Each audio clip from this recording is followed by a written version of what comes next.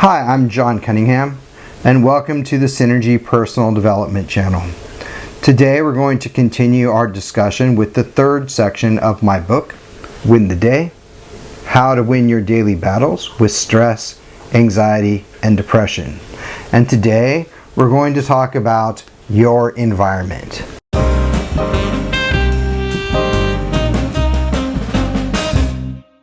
So let's get started. In section 1, we talked about your relationship with yourself.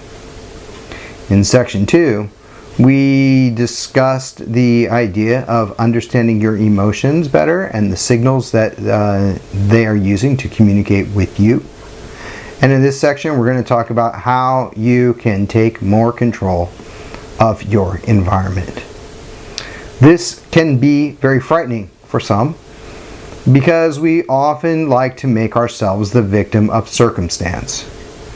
Well, that person did that, or they made me do it, or I have to work here, or I have it's my family person's fault, or it's easy to point the finger at other people and say that person or that person or that person or that situation is responsible for my life.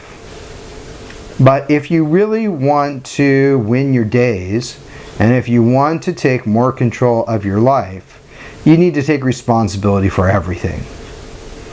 And we can do that by starting to understand the people around us and the impact that they have on our lives. So in the first chapter of this section of the book, you will learn about the difference between drainers, maintainers, and propellers. The people that want you to move forward, propellers. The people who are happy as long as they are doing better than you, maintainers. And the people who always seem to suck your energy, drainers. You're going to learn about how to evaluate these kinds of people and how to choose which people you want to spend your time with. Now, it's true that not all of us can choose who we spend our time with all the time. We have family, right? We have friends, we have work. We have our other communities, like maybe you go to church or maybe you play sports, right, and you're part of those communities as well. But it all comes down to decisions, right? You can decide who you want to spend your time with. Now, in work situations and maybe with family, you say that's not true, John. But in actuality, you can give them less time. You can choose to be around people that make you feel valuable, make you feel that you're a contributor, make you feel that you're important. And those are much better people to spend your time with. I go out of my way to find people like that and spend time with them. And I also go out of my way to avoid people who do the opposite. Right? How can I get away, distance myself from those people as far as possible?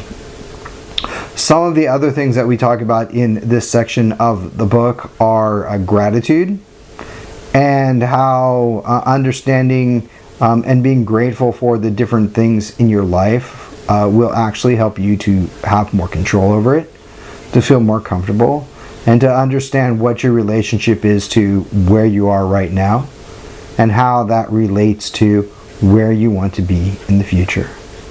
We'll talk about the gift of giving, and why it's important to why giving is far better than getting, right? Something I learned recently was, and it's not in the book per se, although I do hint at it because I didn't really understand this concept at that time, was that in order to give fully, right, we really need to understand like what the depth of our skills and abilities and wisdom is.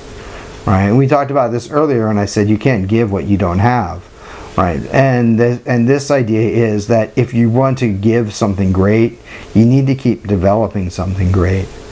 So this is what we'll talk about a little bit in the section about giving. Right, we'll also talk about the people that you can turn to when you're in distress. So there are 5 different groups of people, right, that you might look to for help when you're feeling overwhelmed. And we'll also look at the importance of living a day at a time and why it's important to really focus on the moment and doing your best in the time that you have, because the past is gone and the future really depends on what you do right now.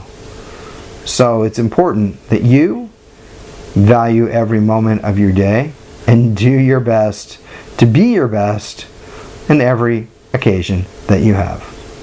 That might seem like a tall task, but as you start to work on it little by little, you're going to get better at understanding when are your peak performance times, what you can do when you're not in that state or you're in your flow state, and then how to control your activities on a daily basis, weekly basis, maybe even monthly and yearly basis, so that you can find your greatest level of success.